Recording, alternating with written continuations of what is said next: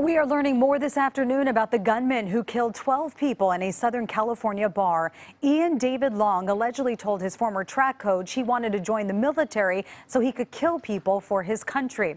The suspect opened fire at the Borderline bar in Thousand Oaks last Wednesday and killed 12 people before turning the gun on himself. A dozen crosses are now on display right outside the bar. One of the victims was 18-year-old Elena Housley of Napa. Ann Makovic is at a march in honor of Elena and says her death is now reigniting the push for gun reform. Dozens of Elena's friends and people who didn't even know her came to Memorial Stadium today, many speaking out about gun control. I'm never going to be able to wrap my mind around the loss of such an amazing person. All she wanted to do was make the world a better place.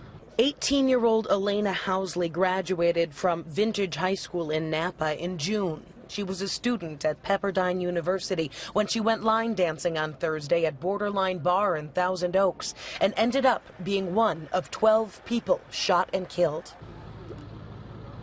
It's Elena. It doesn't feel real still. Today, her parents came to speak, not for policy reform, but for each of us to be kind, saying that is what might have prevented the shooter's deadly rampage. What if somebody looked over at him that morning and said something to him that changed his mind, that said something that brightened his day, that made him turn a corner? But we can't put our phones down long enough to look over at somebody and say hello. This event was organized in part by the Hero Foundation, founded by local teenagers in response to last year's wine country wildfires. We started the foundation with the goal in mind to make the world a better place. Today, they're focused on gun control, but Elena's family says it's about more than politics. Parents, you shouldn't be more involved in your phone and your social media than your children when they're looking across the table at you in fear.